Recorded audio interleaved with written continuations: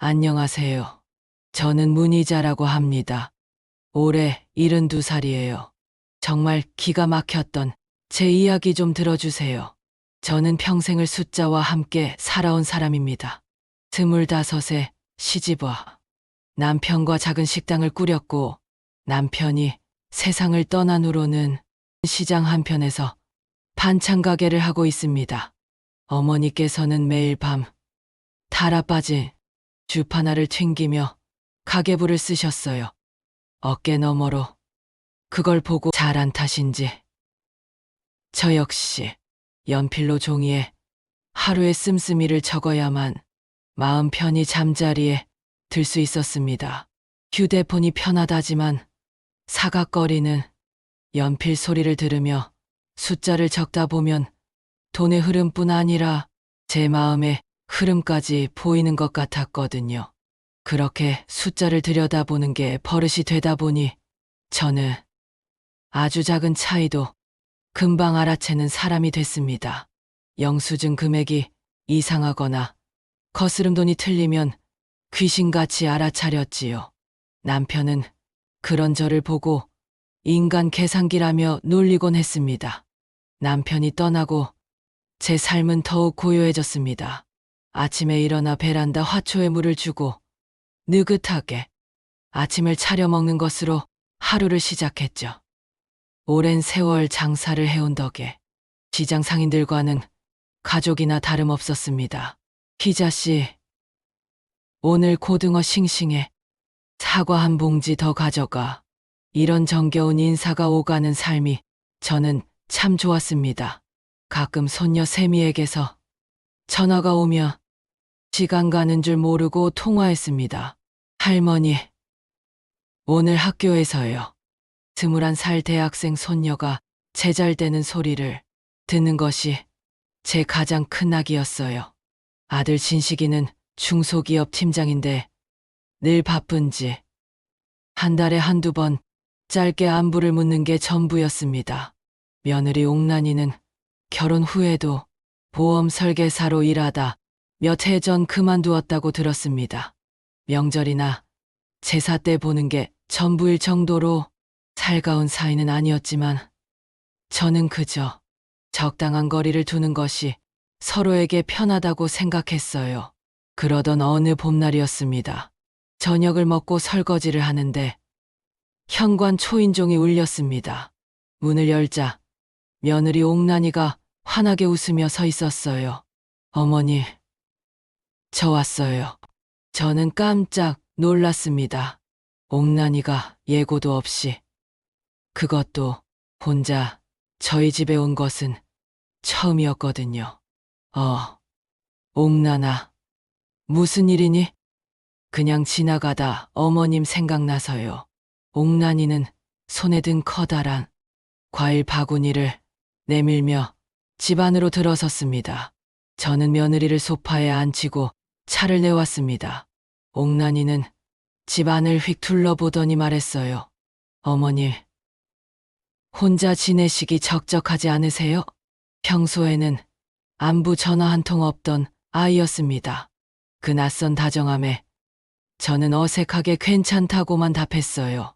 옥란이는 차를 한 모금 마시더니 준비한 듯 본론을 꺼냈습니다. 어머니, 사실은 제가 좋은 소식이 있어서 왔어요. 저희가 어머님 모시고 해외여행 가려고요. 오키나와로요. 저는 순간 제 귀를 의심했습니다. 해외여행? 네. 제가 다니던 보험회사에서 시녀효도 여행 상품이 나왔더라고요. 진식이랑 세미도 다 같이 가는 거예요. 비용은 어쩌고 저희가 다 부담할 거예요. 어머님은 몸만 오시면 돼요. 옥란이는 계속해서 웃고 있었습니다. 하지만 저는 그 웃음에서 어딘가 모르게 서늘한 기운을 느꼈어요. 평소에 옥란이답지 않은 과장된 친절이었습니다. 마치 잘 짜인 연극 대사를 읊는 배우 같았어요. 갑자기 왜 이런 생각을 다 했니? 제 질문에 옥란이는 잠시 머뭇거리다 더 환하게 웃으며 말했습니다.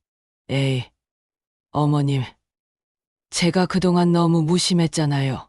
이번 기회에 어머님께 좋은 추억 만들어 드리고 싶어서 그래요. 저는 옥란이의 눈을 가만히 들여다봤습니다. 입은 웃고 있었지만 눈에는 아무런 감정도 담겨 있지 않았어요. 하지만 사랑하는 손녀까지 함께 간다니 제가 너무 예민하게 구는 건가 싶었습니다. 평생 비행기 한 번 못 타본 제게 가족 여행은 거절하기 힘든 제안이었어요. 그래, 그럼 가자꾸나. 제 허락이 떨어지자 옥란이는 기다렸다는 듯 말을 이었습니다. 어머니, 그런데 여권은 있으세요? 없다. 한 번도 외국에 나가본 적이 없어서. 아, 그럼 여권부터 만들어야겠네요. 괜찮아요. 요즘은 금방 나와요. 이번 주 금요일에 구청 가서 신청하고 다음 주에 여행사 가서 서류만 쓰면 돼요. 여행은 언젠데? 2주 뒤 금요일 출발이에요. 옥란이는 수첩을 꺼내 날짜를 확인하며 일사천리로 계획을 읊었습니다. 신분증과 사진을 준비하라는 말을 남기고 옥란이는 자리에서 일어났어요. 현관에서 신발을 신으며 옥란이가 뒤돌아보며 말했습니다. 어머니, 2주 뒤면 따뜻한 오키나와 해변을 걷고 계실 거예요. 기대되시죠? 저는 고개를 끄덕였지만 가슴 한구석이 묵직하게 가라앉는 기분이었습니다. 약속한 금요일 아침, 저는 옥란이의 차를 타고 사진관으로 향했습니다. 사진사는 제게 정면을 보고 무표정하게 있으라고 주문했어요. 찰칵 플래시가 터지고 잠시 후 제 얼굴이 담긴 사진이 나왔습니다. 어색했지만 이게 규칙이라니 어쩔 수 없었죠. 구청은 평일인데도 사람들로 붐볐습니다. 옥란이는 저를 재촉하며 여권 발급 창구로 이끌었어요. 신청서를 쓰는데 옥란이가 옆에서 자꾸만 채근했습니다. 어머님, 빨리 쓰세요. 뒤에 사람들 기다리잖아요. 평생 숫자를 다루며 꼼꼼함이 몸에 밴 저로서는 이런 재촉이 영 마음에 들지 않았습니다. 발급 비용 5만 원을 제가 내려고 지갑을 꺼내자 옥란이는 제 손을 막아서며 자기 카드로 계산을 해버렸어요. 마치 제가 돈을 낼 틈을 주지 않으려는 것 같았습니다. 일주일 뒤 여권이 나왔다는 문자를 받고 저는 옥란이와 함께 다시 구청에 갔습니다. 진한 남색 표지의 작은 수첩, 제 인생 첫 여권이었습니다. 대한민국 여권이라는 글자와 제 이름, 그리고 무표정한 제 얼굴 사진이 박힌 그 수첩이 참 신기하게 느껴졌어요. 어머니, 이제 여행사로 가요. 옥란이는 여권을 받아든 제 손을 이끌고 곧장 차에 올랐습니다. 여행사는 신나는 여행사라는 간판을 달고 있었습니다. 안으로 들어서자 신기태라는 이름표를 단 젊은 남자가 우리를 맞았어요. 그는 제 여권을 받아들고는 능숙하게 서류 몇 장을 꺼내 제 앞에 놓았습니다. 어머님, 여기 서명만 몇 군데 해주시면 됩니다. 전부 표준 여행 계약서니까 걱정 마시고요. 저는 서류를 집어들고 천천히 읽기 시작했습니다. 첫 장은 오키나와 3박 4일 여행 일정과 숙소 정보가 담긴 계약서였어요. 그런데 두 번째 장을 넘기는 순간 제 눈에 한 문구가 들어왔습니다. 여행자 보험 가입 동의서. 잠깐, 이건 보험 계약서 아니니? 제가 묻자 옥란이가 기다렸다는 듯 끼어들었습니다. 아, 네, 어머니.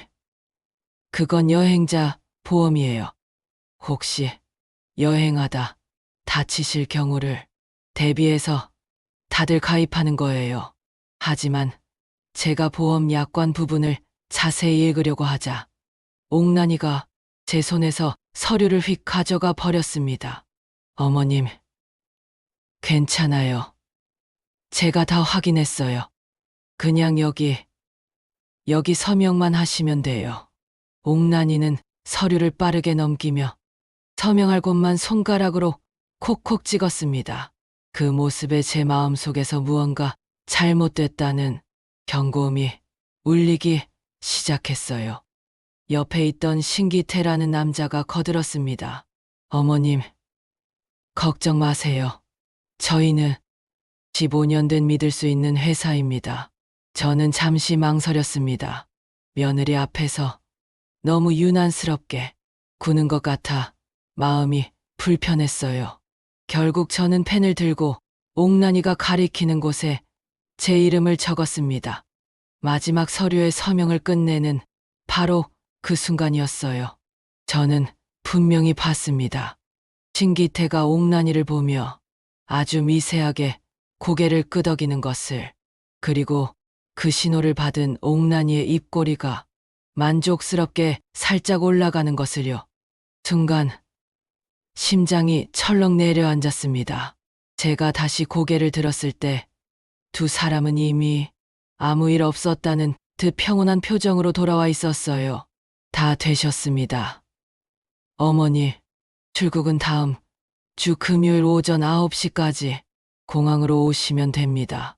집으로 돌아오는 차 안에서 저는 입을 굳게 닫았습니다. 옥란이는 몇 번이나 말을 걸어왔지만 저는 창밖만 바라봤어요. 머릿속에서는 방금 전 여행사에서의 장면이 계속해서 되풀이되었습니다.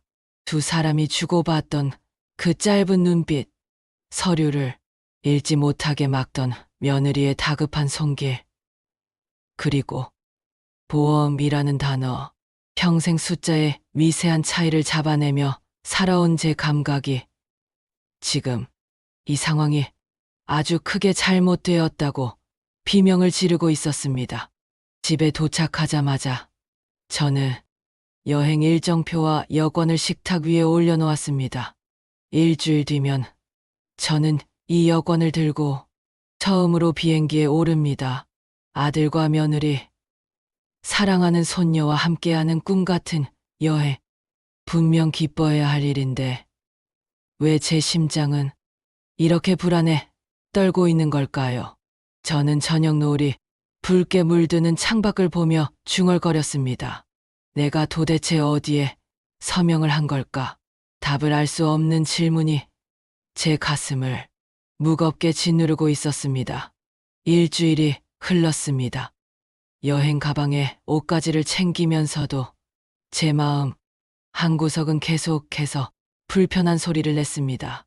마치 제대로 맞춰지지 않은 주판알처럼 무언가 딱 들어맞지 않는다는 느낌을 지울 수가 없었어요. 목요일 저녁, 손녀 세미에게서 전화가 걸려왔습니다. 할머니, 내일 드디어 떠나네요. 저 너무 기대돼요. 들뜬 손녀의 목소리를 들으니 제 마음속 불안도 잠시 누그러지는 것 같았습니다. 그래, 우리 세미, 공항에서 보자꾸나. 네. 할머니는 엄마가 모시러 가신다고 했죠. 저는 아빠랑 같이 갈게요. 전화를 끊고 침대 옆 탁자 위에 여권과 신분증을 나란히 놓아두었습니다. 내일 아침 정신없이 서두르다 가장 중요한 것을 잊어서는 안 되니까요. 금요일 아침 새벽부터 눈이 떠졌습니다.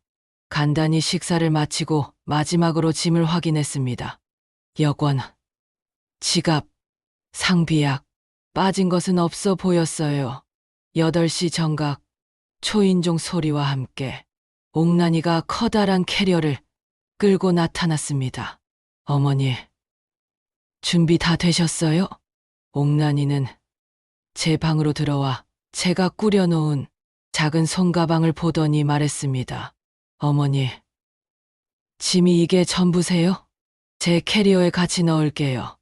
따로 들고 다니시면 불편하잖아요. 그러면서 옥란이는 제 가방 속 물건들을 자기 캐리어로 옮기기 시작했습니다. 저는 그 모습을 지켜보다가 말했어요. 옥나나, 다른 건 몰라도 여권이랑 지갑은 내가 들고 있어야 마음이 놓인다. 아유, 어머님, 괜찮아요. 제가 잘 챙길게요. 필요하실 때 바로 꺼내드릴 수 있게 겉주머니에 넣어둘게요. 옥난이가 손을 뻗었지만 저는 작은 가방을 제 쪽으로 끌어당겼습니다. 아니다. 이건 내가 가지고 있는 게 편하겠다. 옥난이는 순간 멈칫하며 제 얼굴을 살폈지만 이내 평소처럼 웃으며 말했습니다. 네. 그럼 어머님이 들고 계세요. 무거우시면 언제든 저한테 주시고요. 저는 여권과 지갑이 든 가방을 어깨에 단단히 맸습니다. 인천공항으로 가는 차 안에서 옥난이는 오키나와의 날씨가 얼마나 좋은지, 바다가 얼마나 아름다운지에 대해 쉴 새 없이 이야기했습니다. 저는 고개만 끄덕일 뿐 창밖으로 빠르게 스쳐 지나가는 풍경에만 시선을 고정했어요. 공항 출국장에서 아들 진식이와 손녀 세미를 만나자 그제야 제 얼굴에 희미한 미소가 떠올랐습니다. 할머니, 세미가 달려와 제 팔에 매달렸어요. 손녀의 따뜻한 체온이 전해지자 돌덩이 같던 마음이 조금은 녹아내리는 듯했습니다. 체크인을 할 때 옥난이는 우리 가족의 여권을 전부 걷어 한 번에 처리했습니다. 짐은 이거 하나 붙이면 돼요. 옥난이가 저울 위에 올린 캐리어를 보며 저는 속으로 생각했습니다. 내 옷가지들이 저 안에 들어있구나. 출국 심사대를 통과해 화려한 면세 구역으로 들어섰습니다.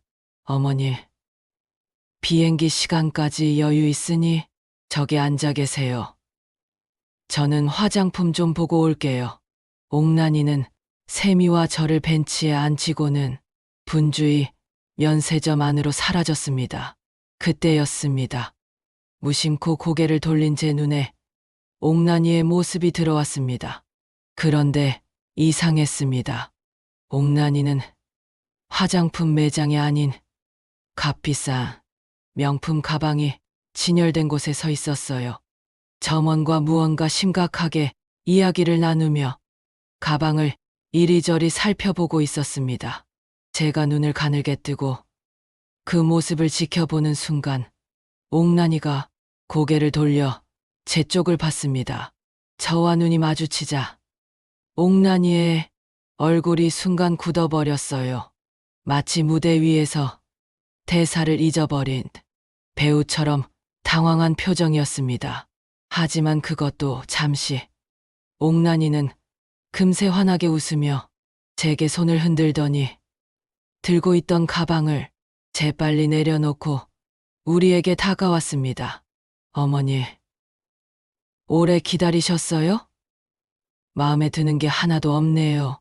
화장품 보러 간 거 아니었니? 가방을 보고 있던 것 같던데. 제 물음에 옥난이는 조금도 당황하지 않고 대답했습니다. 아, 네. 지나가다 보니 제 가방이 낡은 것 같아서요. 그런데 너무 비싸서 엄두도 못 내겠어요. 그 대답은 물 흐르듯 자연스러웠지만 저는 방금 전 보았던 그 찰나의 표정을 잊을 수 없었습니다.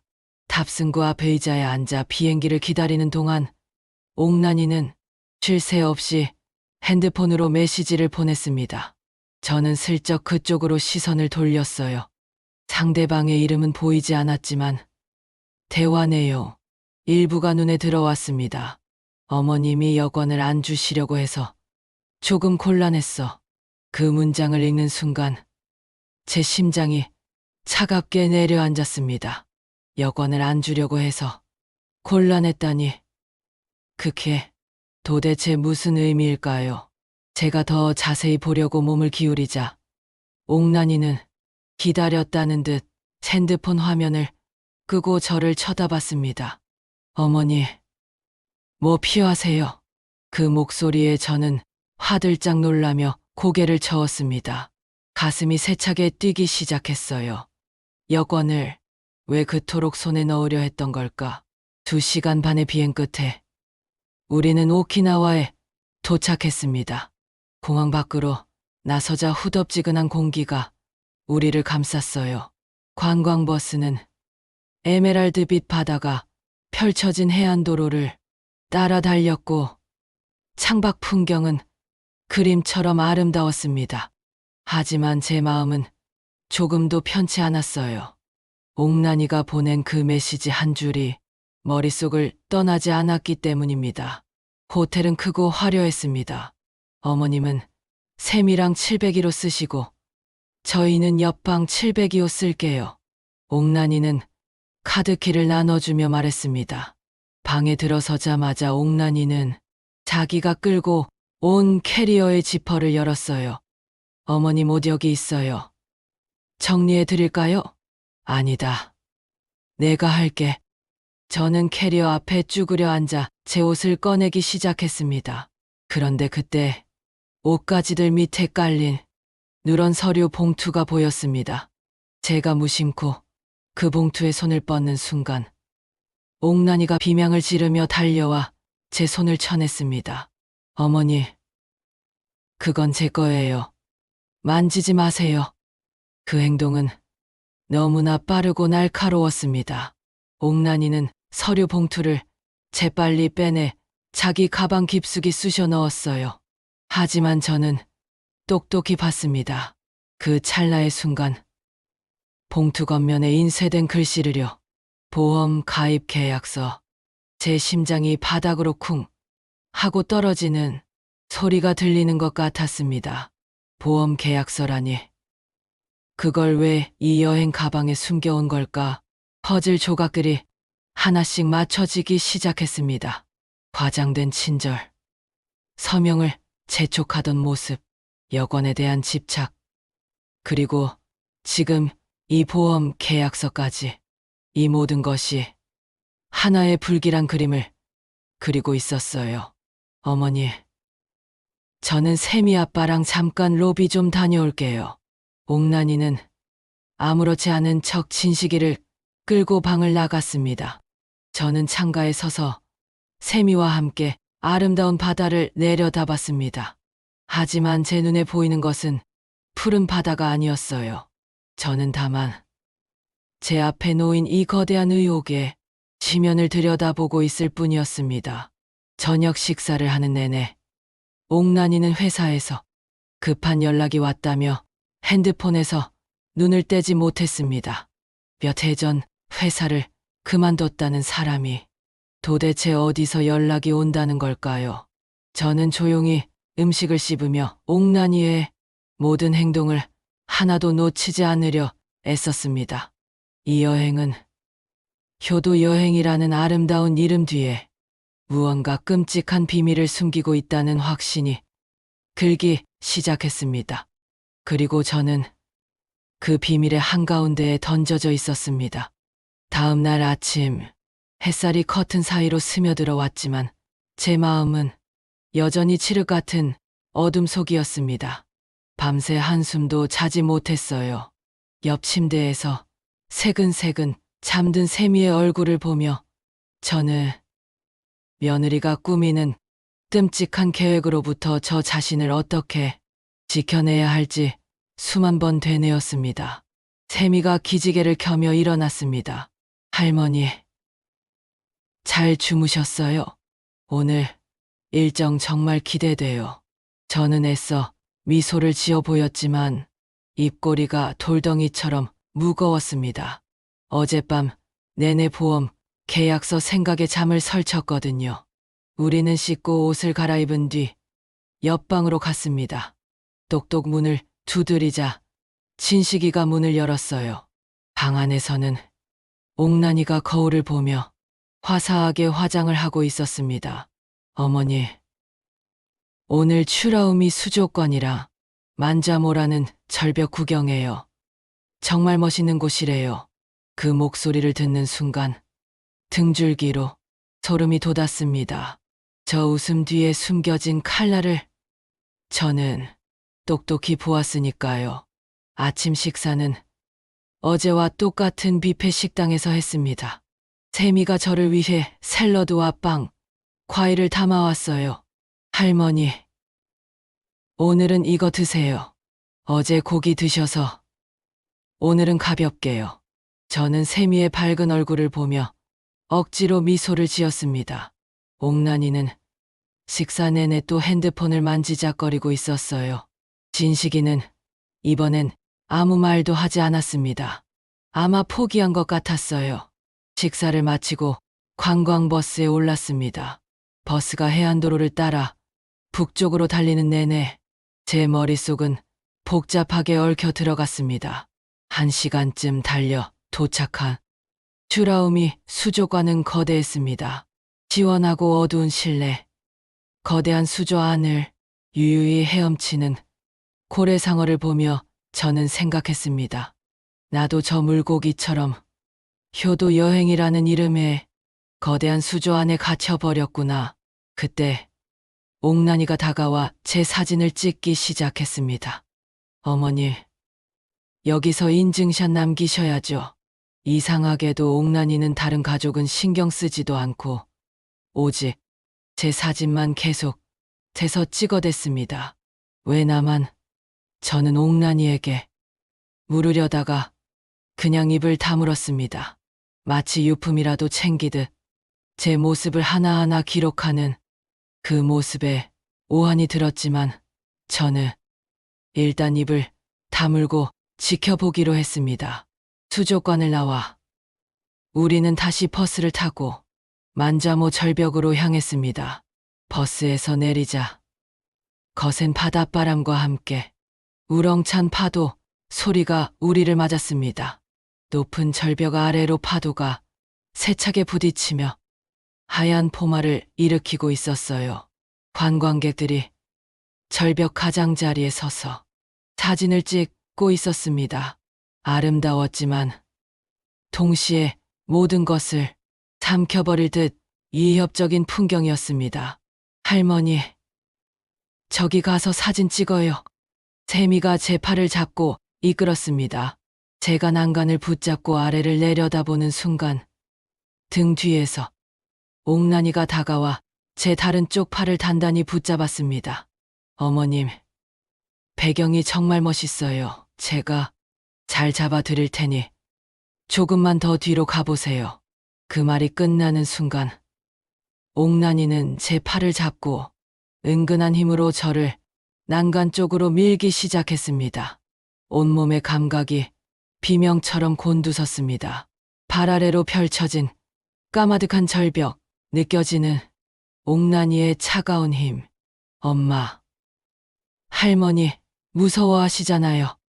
그때 반대편에서 제 팔을 붙잡고 있던 세미가 날카롭게 소리치며 저를 자기 쪽으로 힘껏 끌어당겼습니다. 그제야 옥란이는 아쉽다는 표정으로 제게서 손을 뗐습니다. 아유, 한 장만 더 찍으면 완벽했는데. 저는 비틀거리며 난간에서 물러났습니다. 세미야, 이제 내려가자. 세미가 저를 난간에서 멀리 이끌었고 저는 뒤로 한 걸음 물러났습니다. 할머니, 괜찮으세요? 응, 괜찮아. 심장이 목구멍까지 차오른 듯 세차게 뛰고 있었어요. 방금 전 옥란이의 눈빛에서 저는 분명히 봤습니다. 차갑고 계산적인 한치의 망설임도 없는 사리를요. 호텔로 돌아오자마자 옥란이는 볼 일이 있다며 방을 나갔습니다. 방에 단둘이 남게 되자 세미가 떨리는 목소리로 말했습니다. 할머니, 아까 절벽에서 무서우셨죠? 응, 좀 무서웠어. 저도 무서웠어요. 엄마가 왜 자꾸 할머니를 가장자리로 밀었는지 모르겠어요. 저는 세미의 말에 가슴이 철렁했습니다. 할머니, 아까 엄마가 정말 할머니를 밀었어요. 옥란이가 저를 밀었다는 걸 세미도 느낀 거예요. 저는 침대에 앉아 창밖을 바라봤습니다. 저는 창가에 서서 한참을 망설이다 마침내 결심했습니다. 세미야, 할 얘기가 있어. 네. 할머니, 세미가 제 옆에 앉았습니다. 저는 세미의 손을 잡고 말했어요. 할머니가 이상한 걸 발견했어. 무슨 이상한 거요? 어제 옥란이 가방에서 보험 계약서를 봤어. 보험이요? 응. 내 이름으로 된 여행자 보험이었어. 세미는 고개를 갸웃거렸습니다. 그게 왜 이상해요? 여행 가면 보험 들잖아요. 보통은 그렇지. 근데 할머니가 이상하다고 느낀 건 옥란이가 그 서류를 너무 급하게 숨겼다는 거야. 저는 어제 있었던 일을 세미에게 자세히 설명했습니다. 옥란이가 황급히 서류를 빼앗아 가방에 넣었던 것, 공항에서 명품 가방을 보던 모습, 여권 안 주셔서 곤란했어라는 메시지. 세미의 얼굴이 점점 굳어갔어요. 세미는 잠시 생각하더니 말했습니다. 할머니, 제가 확인해 볼게요. 뭘? 엄마 핸드폰이요. 엄마가 누구랑 연락하는지 보면 알 수 있을 것 같아요. 세미야, 위험해. 괜찮아요. 할머니, 제가 조심할게요. 저는 세미의 얼굴을 봤습니다. 진지하고 단호한 표정이었어요. 알았어. 정말 조심해야 해. 네. 할머니, 그때 복도에서 발소리가 들렸습니다. 옥란이가 돌아오는 것 같았어요. 저와 세미는 재빨리 대화를 끝냈습니다. 똑똑 문을 두드리는 소리가 났습니다. 어머님, 저녁 먹으러 가요. 우리는 방문을 열고 나갔습니다. 저녁 식사 중에 옥란이가 말했습니다. 어머니, 내일은 슈리성 가고 국제거리에서 쇼핑해요. 재미있으실 거예요. 저는 건성으로 대답했습니다. 세미가 일부러 제게 많이 피곤해 보인다며 일찍 쉬자고 하며 방으로 이끌었어요. 엄마 방에 가서 어제 봤던 그 보험 계약서를 찾아 사진으로 찍어 올 수 있겠니? 그게 결정적인 증거가 될 게다. 세미의 얼굴에 두려움이 스쳤지만 이내 굳은 결심이 어렸습니다. 네. 할머니, 엄마가 샤워하는 틈을 노려볼게요. 꼭 가져올게요. 세미가 조용히 방을 나섰습니다. 저는 침대에 앉아 초조하게 세미를 기다렸어요. 시간이 흐를수록 심장이 조여오는 것 같았습니다. 10분쯤 지났을까요? 세미가 창백하게 질린 얼굴로 돌아왔습니다. 할머니 찾았어요. 엄마 가방 안에 있었어요. 세미는 떨리는 손으로 핸드폰 화면을 제게 보여주었습니다.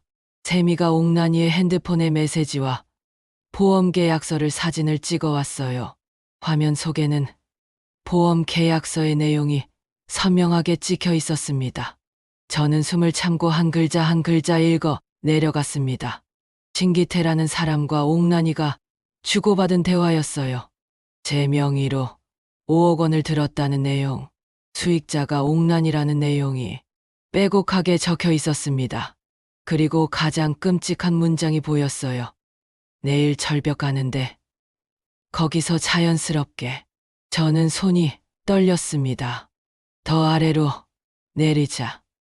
오늘 보낸 메시지가 나타났습니다. 절벽에서 시도했는데 제가 겁을 내서 뒤로 빠져 실패했다는 내용이었어요. 신기태는 다른 방법을 생각해보라고 했고 옥란이는 내일 슈리성 계단에서 밀면 될 것 같다고 답했습니다. 마지막 메시지가 가장 섬뜩했습니다. 확실하게 해. 실수하면 우리 둘 다 끝이야. 알아, 이번엔 꼭 성공할게.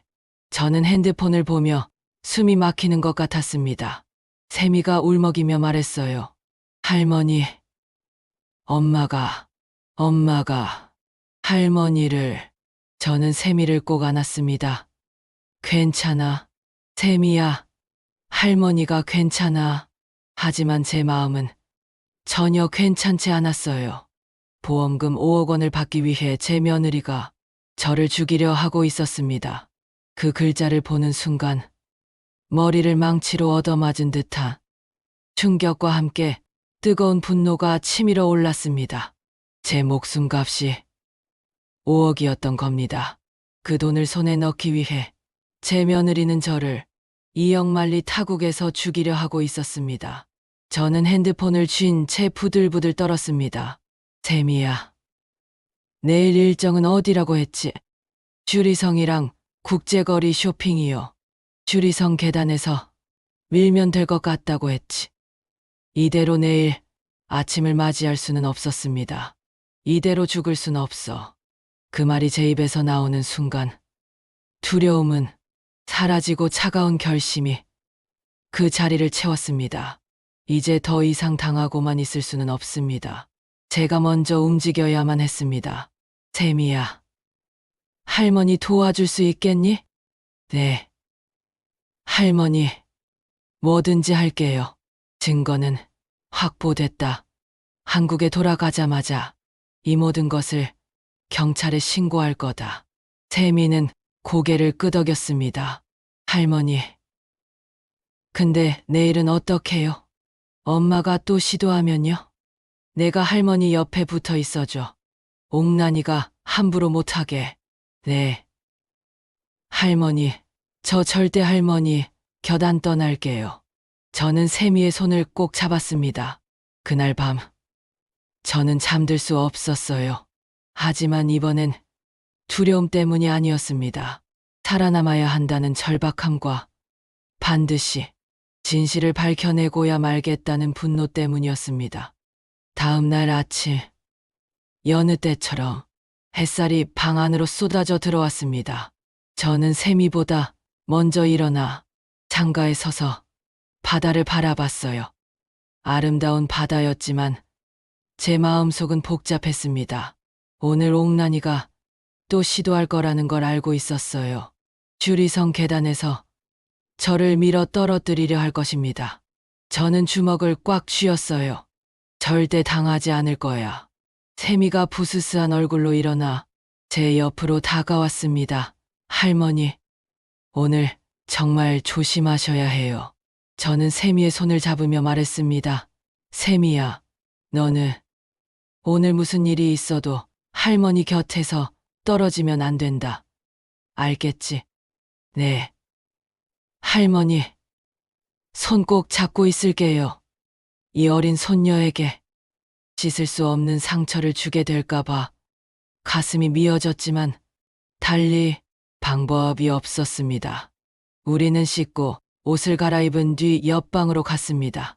똑똑 문을 두드리자 옥난이가 문을 열었어요. 아침 먹으러 가요. 옥난이는 환하게 웃었지만 저는 이제 그 미소 뒤에 무엇이 숨어 있는지 알고 있었습니다. 아침 식사를 마치고 우리는 슈리성으로 향했습니다. 버스 안에서 샘이는 제 손을 꼭 잡고 있었어요. 저는 창밖으로 스쳐 지나가는 풍경을 보며 마음을 가다듬었습니다. 오늘 하루만 버티는 거야. 그리고 내일 한국에 도착하자마자 이 모든 것을 끝내는 거다. 주리성에 도착하자 입구에서부터 붉은 건물을 향해 가파른 계단이 이어져 있었습니다. 샘이가 제 팔을 꽉 잡으며 말했습니다. 할머니, 제가 부축해드릴게요. 샘이의 부축을 받으며 계단을 한 칸 한 칸 오르는 동안 등 뒤에서 따라오는 옥난이의 차가운 시선이 느껴졌습니다. 마치 굶주린 맹수가 먹잇감의 빈틈을 노리듯 저를 집요하게 관찰하고 있었어요. 계단 중턱에 이르렀을 때 옥난이가 말했습니다. 어머니, 제가 부축해드릴게요. 샘이야, 넌 앞에 가서 사진 찍어. 아니에요. 엄마, 제가 할머니 모실게요. 샘이가 단호하게 제 팔을 놓지 않자 옥난이의 얼굴이 순간 굳어졌습니다. 세미야, 엄마가 할머니 모시는 게 당연하잖아. 엄마, 괜찮아요. 제가 할게요. 그 짧은 순간 두 모녀 사이에 팽팽한 긴장감이 흘렀습니다. 세미는 이미 모든 것을 눈치챈 것입니다. 결국 옥란이는 물러났고 우리는 계속 계단을 올라갔습니다. 성 안으로 들어가니 넓은 광장이 나왔어요. 관광객들이 여기저기서 사진을 찍고 있었습니다. 진식이가 말했습니다. 엄마, 여기서 가족 사진 찍어요. 그래, 좋아. 우리는 네 명이 나란히 서서 다른 관광객에게 사진을 부탁했습니다. 가족 사진을 찍는 동안 제 어깨를 감싸 옥란이의 손길에서 미세한 압력이 느껴졌습니다. 마치 여기서 밀어버릴 수 있을지 가늠해 보려는 듯한 그 섬뜩한 계산에 온몸에 소름이 돋았습니다. 사진을 찍고 우리는 성 안을 구경했습니다. 높은 곳에 올라가니 바다가 멀리 보였어요. 세미가 말했습니다. 할머니, 여기 경치 정말 좋죠? 그래, 예쁘다. 저는 바다를 보며 생각했습니다. 만약 여기서 떨어졌다면 아찔했습니다. 그때 옥란이가 제 옆으로 다가왔어요. 어머니, 저기 난간 쪽에서 사진 한 장 더 찍어요. 아니야, 괜찮아. 어머니, 배경이 너무 예쁜데 한 장만요. 옥란이는 제 팔을 잡고 난간 쪽으로 이끌려 했습니다. 세미가 재빨리 제 다른 팔을 잡으며 말했어요. 엄마, 할머니 무서워하시잖아요. 세미야, 내가 왜 자꾸 끼어들어? 옥란이의 목소리가 날카로워졌습니다. 저는 안 끼어들어요. 할머니가 싫다고 하시잖아요. 두 사람이 팽팽하게 대치하는 순간 저는 말했습니다. 그만해. 난 피곤해서 내려갈게. 저는 세미의 손을 잡고 계단을 내려가기 시작했습니다. 뒤에서 옥란이의 날카로운 시선이 느껴졌어요. 오후에는 기념품 가게가 즐비한 국제거리로 향했습니다. 옥란이가 말했습니다. 어머니, 저는 세미 아빠랑 저쪽 가게 좀 볼게요. 저와 세미만 남았어요. 세미야, 할머니가 뭔가 사야 할 게 있어.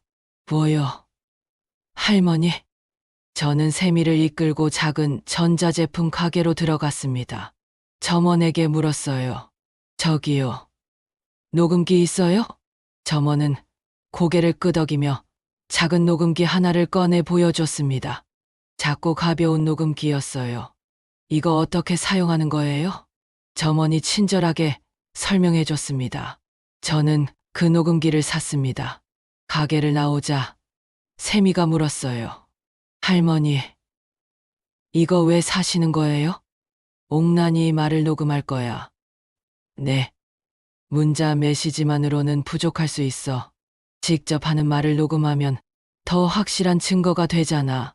세미는 고개를 끄덕였습니다. 할머니, 근데 어떻게 녹음해요? 엄마가 그런 말을 할까요? 내가 직접 물어볼 거야. 할머니, 위험해요. 저는 세미의 어깨를 가볍게 두드렸습니다. 괜찮아, 할머니가 조심할게. 세미는 걱정스러운 표정을 지었지만 고개를 끄덕였어요. 저는 녹음기를 가방 깊숙이 넣었습니다. 오늘 밤에 옥란이와 대면할 거야. 그리고 모든 걸 녹음할 거야. 호텔로 돌아온 건 오후 5시쯤이었습니다. 저녁 식사를 마치고 방으로 돌아왔어요. 세미가 침대에 앉으며 말했습니다. 할머니, 정말 하실 거예요? 응, 무섭지 않아요? 저는 세미를 보며 말했습니다. 무섭지 하지만 이대로 당할 순 없어. 할머니가 직접 싸워야 해. 세미는 눈물이 그렁그렁 맺혔어요. 저는 세미를 한번 꼭 안아준 뒤 방문을 열고 옆방으로 향했습니다.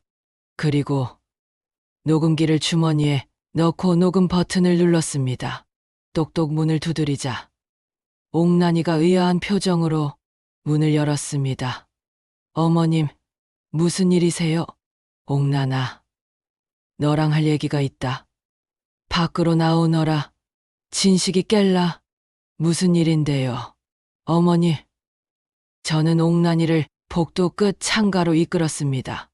아무도 없었어요. 저는 옥란이를 마주 보며 말했습니다. 옥란아, 내가 물어볼 게 있어. 옥란이는 여전히 친절하게 웃고 있었습니다. 저는 심호흡을 하고 말했어요. 너, 내 이름으로 보험 들었지? 옥란이의 얼굴이 순간 굳었습니다. 어머니, 그게 무슨 5억 원짜리 사망보험, 수익자는 내 이름으로 되어 있더구나. 옥란이의 입술이 파르르 떨렸습니다. 그리고 여행사, 신기태라는 놈이랑 전부 계획한 것이고, 절벽에서, 그리고 오늘 슈리성 계단에서 나를 밀려고 했지. 오해예요. 어머님, 제가 왜 어머님을 오해? 저는 한 걸음 다가서며 차갑게 말했습니다. 너희 둘이 주고받은 문자, 내가 전부 다 봤다. 이번엔 꼭 성공할게. 이게 무슨 뜻인지 설명해봐. 옥란이는 당황한 목소리로 부인했지만 그 눈빛은 흔들리고 있었어요. 절벽에서 나를 밀려고 했잖아. 슈리성 계단에서도 밀려고 했고. 어머니, 오해예요. 제가 어머님을 왜 오해? 저는 한 걸음 앞으로 다가갔습니다. 너희가 주고받은 문자 다 봤어. 옥란이의 얼굴이 창백해졌습니다. 문자를? 그래, 이번엔 꼭 성공할게. 이게 무슨 뜻이야? 옥란이는 한참 동안 아무 말도 하지 못했습니다. 그러더니 갑자기 표정이 바뀌었어요. 차가운 가면이 벗겨지고 진짜 얼굴이 드러났습니다. 어머니, 어떻게? 목소리가 달라졌습니다. 더 이상 친절하지 않았어요. 세미가 봤어. 내가 샤워하는 동안 핸드폰 봤지. 옥란이의 눈빛이 날카로워졌습니다. 그래서요? 어쩔 건데요? 경찰에 신고라도 하시게요? 옥란이는 코웃음을 쳤습니다. 저는 그 말에 가슴이 철렁했지만 목소리를 가다듬었습니다. 한국 돌아가면 경찰에 신고할 거야. 증거가 있어요? 문자 메시지 캡처했다고요? 그런 거야. 조작이라고 하면 그만이에요. 옥란이가 한 걸음 가까이 다가왔습니다. 진식이는 제 편이에요. 어머님이 뭐라고 해도 진식이는 절 믿을 거예요. 그리고 어머님은 나이도 많으시잖아요. 치매 초기라고 하면 그만이에요. 저는 옥란이의 차가운 눈빛을 보며 그 뻔뻔한 태도에 온몸이 얼어붙는 것 같았지만 저는 가장 핵심적인 질문을 던졌습니다. 그 신기태라는 놈과는 대체 무슨 관계냐? 단순한 공범이라면 그 큰 돈을 나눠 가지면 될 일이지. 왜 그놈과 이런 짓까지 벌이는 것이야? 제 예리한 질문에 옥란이는 잠시 저를 쳐다보더니 이내 경멸이 가득한 비웃음을 흘렸습니다. 그건 어머님이 아실 필요 없는 일이죠. 그 차가운 한마디가 벽처럼 저를 막아섰습니다. 옥란이는 더 이상 아무런 정보도 주지 않겠다는 듯 저를 위아래로 훑어보며 말했습니다. 중요한 건 어머님이 지금 뭘 믿고 이렇게 나오시는지 모르겠지만 아무 소용없다는 거예요. 옥란이는 한 걸음 더 다가서며 제 귓가에 속삭이듯 차갑게 말했습니다. 한국에 돌아가서 경찰서라도 가시게요? 옥란이는 마치 제 마음을 다 읽고 있다는 듯 비웃었습니다. 맘대로 하세요. 제가 뭐라고 할 것 같으세요? 요즘 우리 어머님이 두쩍 깜빡깜빡하시고 며느리가 재산이라도 뺏을까봐 헛것이 보이시는 것 같다고요. 불쌍한 우리 어머니. 제가 앞으로 더 잘 모셔야죠. 안 그래요? 그 말의 의미를 깨닫는 순간 등줄기로 식은 땀이 흘렀습니다. 저를 정신병자로, 치매 환자로 몰아가겠다는 뜻이었습니다. 옥난이는 제 얼굴에 떠오른 공포를 즐기듯 가장 잔인한 비수를 꺼내 들었습니다. 과연 경찰이 누구 말을 믿을까요? 아니, 그 전에 진식이가 누구 말을 믿을 것 같으세요? 제 아들의 이름이 옥난이의 입에서 나오는 순간 심장이 멎는 것 같았습니다. 평생 고생만 하신 늙은 어머니요? 아니면 자기 아이를 낳아준 사랑하는 아내요? 그것은 더 이상 협박이 아니었습니다. 제가 맞닥뜨리게 될 끔찍한 현실에 대한 예고였습니다. 옥난이는 제 눈앞에서 완벽한 승리를 선언하고 있었습니다. 여행은 이걸로 끝났네요. 옥난이는 아쉽다는 듯 어깨를 으쓱하며 말했습니다. 이제부터 시작이겠네요, 어머님.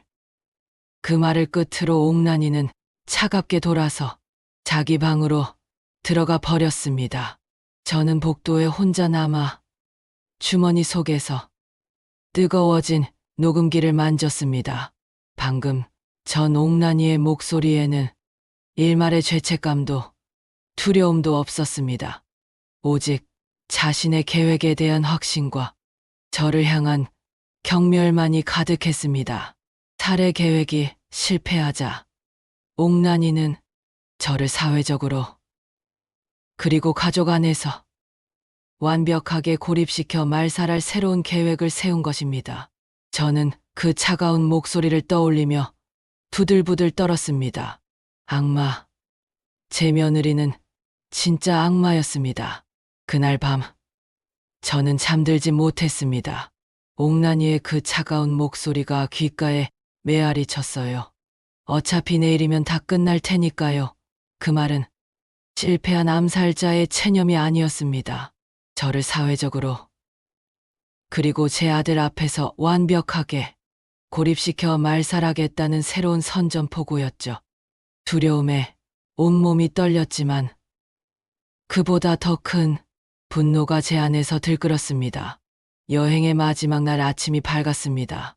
지옥 같았던 오키나와를 떠나는 날이었습니다. 호텔 조식당에서 마주 앉은 옥난이는 어젯밤의 대화는 없었다는 듯 다시 상냥한 며느리의 가면을 쓰고 있었습니다. 하지만 그 미소 뒤에 숨은 칼날을 저는 똑똑히 보고 있었어요. 공항으로 가는 버스 안, 그리고 한국으로 돌아오는 비행기 안에서의 시간은 제 인생에서 가장 길고도 끔찍한 시간이었습니다. 좁은 공간에 살인자와 단둘이 갇힌 기분이었어요. 옥난이가 조금이라도 몸을 움직이거나 제 쪽을 쳐다볼 때마다 심장이 철렁 내려앉았습니다. 저는 세미의 손을 부서져라 쥔 채 제발 아무 일도 일어나지 않기만을 빌고 또 빌었습니다. 인천공항에 도착해 각자 집으로 헤어지는 순간까지 우리 사이에는 얼음장 같은 침묵만이 흘렀습니다. 집에 돌아와 현관문을 잠그는 순간 긴장이 풀리며 다리가 후들거려 그 자리에 주저앉고 말았습니다. 살아 돌아왔다는 안도감과 이제부터 시작될 진짜 싸움에 대한 공포가 한꺼번에 몰려왔습니다. 다음 날 아침, 저는 뜬 눈으로 밤을 새운 뒤 동이 트자마자 세미에게 전화를 걸었습니다. 세미야, 오늘 할머니랑 경찰서에 가줄 수 있겠니? 네. 할머니, 9시까지 갈게요. 저는 밤새 정리해둔 증거들을 다시 한번 확인했습니다. 주머니 속에서 뜨거웠던 녹음기, 세미가 찍어온 문자 메시지, 캡처 사진들, 그리고 5억 원짜리 사망보험 계약서 사진, 이 모든 것을 파일에 담으며 저는 제 자신에게 다짐했습니다. 문희자, 절대 무너지면 안 된다. 세미와 함께 택시를 타고 경찰서로 향했습니다. 민원실에 들어서자 한 경찰관이 저희를 맞이했어요. 어떻게 오셨습니까? 신고하러 왔습니다. 저는 최대한 침착하게 말하려 했지만 목소리가 떨렸습니다. 제 며느리가 저를 죽이려고 했습니다. 경찰관의 표정이 순간 굳어졌습니다. 우리는 작은 조사실로 안내받았어요. 저는 오키나와에서 있었던 일을 처음부터 끝까지 하나도 빼놓지 않고 털어놓았습니다. 신나는 여행사의 신기태와 며느리 옥란이가 꾸민 일이라는 것, 절벽과 계단에서 저를 밀려 했던 그 순간의 공포, 그리고 어젯밤 옥란이가 제게 내뱉었던 그 잔인한 말들까지 전부요. 증거가 있으십니까? 네. 여기 있습니다. 저는 파일 폴더를 열어 증거들을 하나씩 꺼내 놓았습니다. 경찰관은 먼저 세미가 캡처한 문자 메시지 사진들을 자세히 들여다봤어요. 내일 절벽 가는데 거기서 자연스럽게라는 문장을 읽는 그의 눈빛이 날카로워졌습니다. 다음으로 저는 떨리는 손으로 녹음기를 꺼내 재생 버튼을 눌렀습니다. 어차피 어머님도 얼마 안 사실 거잖아요. 70이면 충분히 사셨어요. 진식이는 제 편이고요. 어머님은 치매 초기라고 둘러대면 아무도 어머님 말 안 믿을걸요? 조사실 안에 옥란이의 차갑고 오만한 목소리가 울려 퍼졌습니다. 녹음이 끝나자 경찰관의 표정은 완전히 굳어 있었습니다. 할머니, 이것은 명백한 살인 예비 및 협박죄에 해당합니다. 즉시 수사에 착수하겠습니다. 모든 진술을 마치고 경찰서를 나오자 그제야 다리에 힘이 풀리는 것 같았습니다. 세미가 저를 부축했어요. 할머니, 정말 잘하셨어요. 고맙다. 세미야, 내가 없었으면 할머니는 여기까지 오지도 못했을 게다. 저는 손녀의 손을 꼭 잡았습니다. 이제 주사위는 던져졌습니다. 사흘이 지났습니다. 그동안 옥란이는 아무것도 모른 채 제게 안부 전화를 걸어왔습니다. 어머니, 여행 다녀오시고 피곤하시죠? 주말에 맛있는 거 해드릴게요. 그 소름 끼치는 목소리를 들으며 저는 아무렇지 않은 척 대답했습니다. 그래. 그러려무나 전화를 끊고 나면 심장이 터질 듯이 뛰었습니다. 그리고 그날 오후 형사에게서 전화가 왔습니다. 할머님, 내일 며느리 주옥란과 공범 신기태를 소환했습니다. 대질신문에 참석해 주실 수 있으십니까? 네, 가겠습니다. 다음 날 오후 2시, 저와 세미는 경찰서 조사실 앞에 서 있었습니다. 문을 열고 들어가니 옥란이와 신기태가 나란히 앉아 있었습니다. 옥란이는 저를 보는 순간 얼굴이 새하얗게 질렸습니다. 어머니, 어머님이 여길 어쩐 일로? 형사가 책상을 내리치며 말했습니다. 주옥란 씨, 신기태 씨, 문희자 어머님께서 두 분을 살인 예비 혐의로 고소하셨습니다. 네, 무슨 말씀이세요? 저희는 아무것도 모릅니다. 옥란이가 벌떡 일어나 소리쳤지만 형사는 침착하게 증거들을 테이블 위에 펼쳐놓았습니다. 문자 메시지 캡처 사진이 펼쳐지는 순간 옥란이의 얼굴이 무너져 내렸습니다. 이건 조작이에요. 제가 한 게 아니에요. 조작이라고요? 형사는 녹음기를 꺼내 재생 버튼을 눌렀습니다. 조사실 안에 옥란이 자신의 목소리가 울려 퍼지자 옥란이는 완전히 얼어붙었습니다. 신기태는 모든 것을 체념한 듯 고개를 떨구었어요.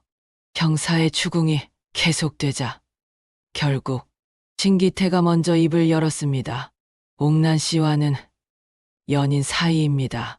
옥란 씨가 보험 이야기를 꺼냈고 제 빚 때문에 돈이 필요해서 동의했습니다. 아니야. 이 사람이 거짓말하는 거예요. 옥난이가 발악했지만 형사가 내민 두 사람의 애정이 담긴 메시지들 앞에서는 더 이상 아무 말도 하지 못했습니다. 모든 것이 밝혀지자 옥난이는 갑자기 무릎을 꿇 울부짖기 시작했습니다.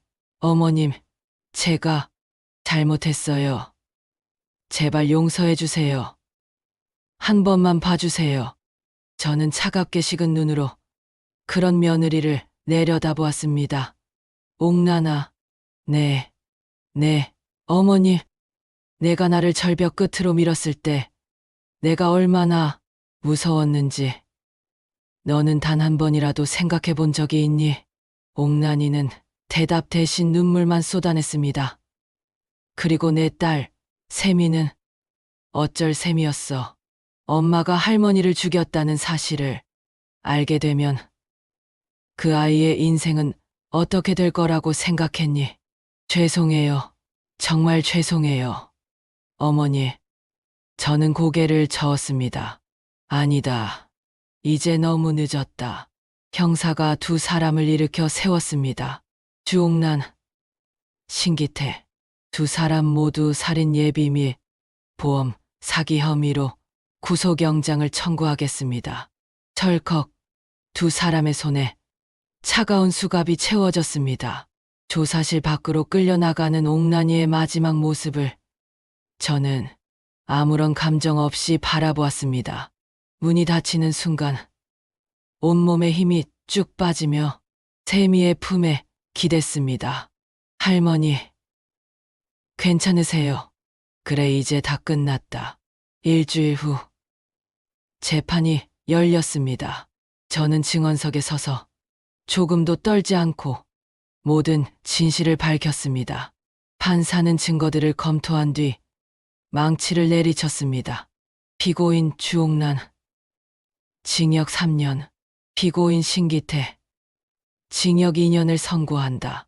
법정을 나오며 저는 맑게 갠 하늘을 올려다봤습니다. 할머니, 이제 정말 끝났어요.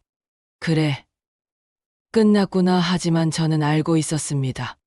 옥란이에 대한 법의 심판은 끝났지만 제게는 아직 가장 힘든 일이 남아있다는 것을요.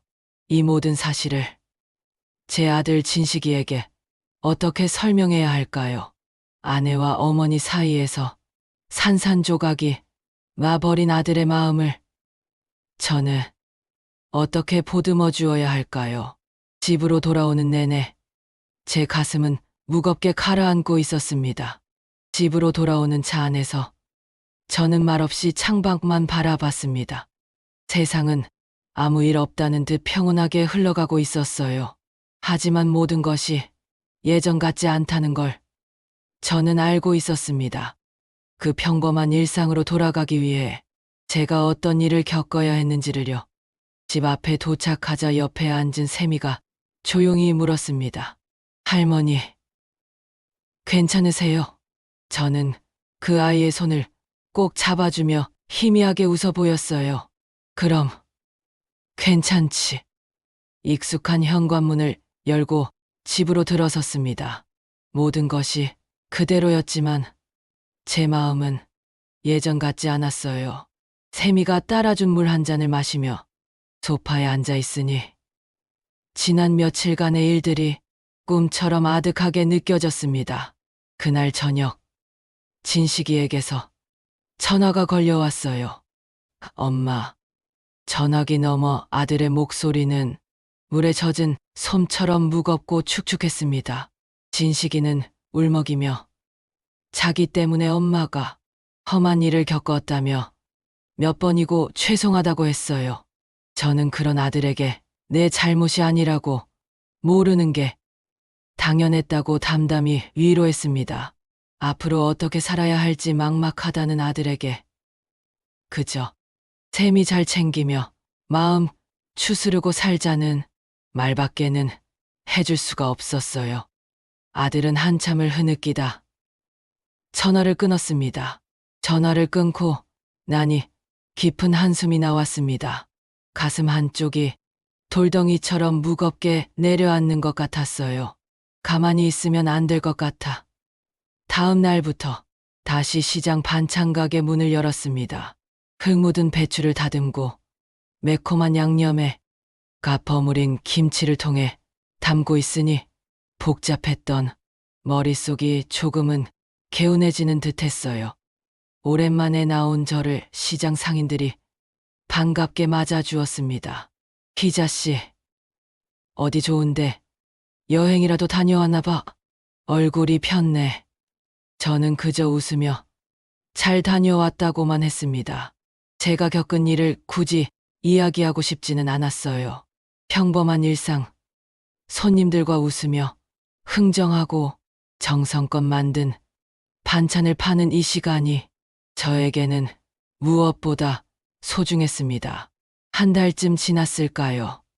옥란이에게서 편지 한 통이 날아왔습니다. 망설이다 편지를 뜯어보니 안에는 빼곡한 원망이 가득 차 있더군요. 어머니, 이 절 이렇게 만드신 거예요. 진작 진식이한테 재산을 물려주셨으면 이런 일도 없었을 거 아닙니까? 어머님은 단 한 번도 저를 며느리로 생각한 적 없잖아요. 항상 저를 무시하셨잖아요. 그러니 세미한테 제 흉은 보지 마세요. 제가 낳고 키운 딸이니까요. 헛웃음이 났습니다. 마지막 순간까지 모든 것을 제 탓으로 돌리는 모습에 기가 막혔어요. 저는 그 편지를 갈갈이 찢어 쓰레기통에 던져버렸습니다. 그런데 일주일 뒤, 이번에는 진식이 이름으로 편지가 왔어요. 하지만 편지를 읽는데 위화감이 들었습니다. 아들이 엄마에게 편지를 쓰면서 어머니, 저는 진식입니다라니요.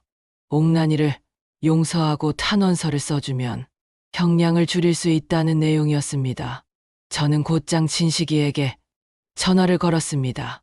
진식아, 내가 엄마한테 편지 보냈니? 아니요. 엄마, 무슨 편지요? 옥란이 탄원서 좀 써달라고 내 이름으로 왔던데. 네. 저는 보낸 적 없어요. 역시 나였습니다. 분노가 치밀어 올랐습니다. 끝까지 제 아들을 이용하려는 그 속셈이 뻔히 보였어요. 저는 그 편지 또한 찢어버렸습니다. 용서라는 단어는 제 마음속에 없었으니까요. 어느 날 저녁, 세미가 가게로 찾아왔어요. 할머니, 엄마한테 면회 오라는 연락이 왔어요. 세미는 조심스럽게 입을 열었습니다. 너는 가고 싶니? 아이는 고개를 저었습니다. 아니요. 가기 싫어요. 전화할 때마다 할머니 욕만 하는 걸요. 할머니 때문에 자기가 감옥에 갔다고, 할머니가 나쁜 사람이라고. 저는 말없이 그 아이의 머리를 쓰다듬어 주었습니다. 세미야, 너는 어떻게 생각하는데? 세미는 잠시 저를 바라보더니 단호하게 말했어요. 엄마가 잘못했어요. 할머니는 옳은 일을 하신 거예요. 그 한마디에 눈시울이 뜨거워졌습니다. 고맙다, 세미야. 며칠 후 진식이에게서 다시 전화가 왔습니다. 장모님이 찾아와 옥란이를 용서해달라며 탄원서를 부탁했다고 하더군요. 그래서 뭐라고 했어? 당연히 거절했죠. 제가 어떻게 엄마한테 그런 부탁을 하겠어요. 아들의 그 한마디에 가슴이 무너져 내리는 것 같았습니다. 진식아, 너 많이 힘들지? 아들은 한참 동안 말이 없다가 괜찮다는 말만 반복했습니다. 그 목소리가 괜찮지 않다는 걸 알기에 제 마음은 더 아려왔어요. 아내는 감옥에 갔고 그 아내를 감옥에 보낸 사람은 바로 제 자신이었으니까요. 엄마가 미안하다. 아들, 엄마가 뭐가 미안해요. 잘못한 건 그 사람인데. 아들의 목소리도 떨리고 있었습니다. 우리는 한참 동안 아무 말도 잇지 못했습니다. 계절은 흘러 시장에는 싱싱한 가을 채소들이 나오기 시작했습니다. 저는 아무 생각 없이 김치를 담그고 찌개를 끓이고 나물을 무쳤어요. 손을 바쁘게 움직이는 동안에는 모든 시름을 잊을 수 있었습니다. 가게에 들른 시장 아주머니가 제 얼굴을 보며 말했어요. 희자씨, 요즘 얼굴이 참 편안해 보여. 좋은 일 있어? 그 말을 듣고 가게의 안 작은 거울을 들여다봤습니다. 정말 제 얼굴이 예전보다 편안해 보였어요. 며느리 비위 맞추고 아들에게 짐이 될까 눈치 보며 살았던 지난날의 제 모습은 그곳에 없었습니다. 저녁 무렵 세미와 함께 뜨끈한 국밥을 먹으러 갔습니다. 김이 모락모락 피어오르는 국밥을 한 숟가락 드는데 세미가 물었어요. 할머니, 후회하세요? 엄마를 신고한 거요. 저는 단호하게 고개를 저었습니다. 아니, 전혀 후회하지 않아. 나를 해치려 했고 나는 내 목숨을 지켰을 뿐이야. 그건 누구라도 그렇게 했을 거다. 그 후로 더는 옥란이에게서 연락이 오지 않았습니다. 저는 여전히 시장 한편에서 제 반찬 가게를 지키고 있어요. 일주일에 한 번은 꼭 찾아오는 아들과 손녀와 함께 저녁을 먹는 평범하지만 소중한 일상을 살고 있습니다. 얼마 전에는 혼자 극장에 가서 영화도 봤고 오늘은 백화점에 들러 제 돈으로 따뜻한 베이지색 니트도 한 벌 샀습니다. 제 돈으로 오롯이 저를 위해 무언가를 사본 게 얼마만인지 모르겠습니다. 가끔 그 지옥 같았던 여행을 떠올립니다. 에메랄드빛 바다와 죽음의 공포가 공존했던 그곳을요. 그때 저는 정말 무서웠지만 포기하지 않았습니다. 살아남기 위해 끝까지 싸웠습니다. 며느리는 지금도 저를 원망하고 있겠지요. 하지만 괜찮습니다. 저는 이제 제 인생을 살 거니까요. 어느 날 저녁 집에서 혼자 밥을 먹다가 문득 그런 생각이 들었습니다. 아, 내가 살아있구나. 창밖을 보니 밤하늘에 별들이 반짝이고 있었어요. 그 별들을 보며 저도 모르게 작은 미소를 지었습니다. 살아있다는 것, 내일 아침 다시 눈을 뜰 수 있다는 것이 얼마나 소중한지 저는 이제야 알게 되었습니다.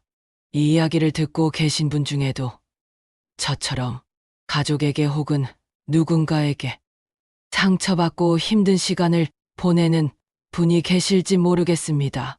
참는 것이 미덕인 줄 알고 평생을 살았습니다. 하지만 제 목숨까지 내어주며 참을 수는 없었습니다. 여러분의 인생은 온전히 여러분의 것입니다.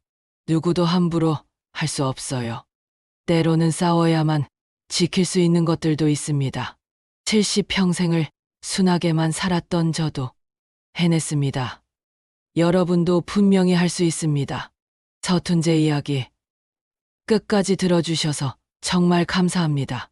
구독과 좋아요로 응원해 주시면 큰 힘이 됩니다. 비밀 서랍장이었습니다.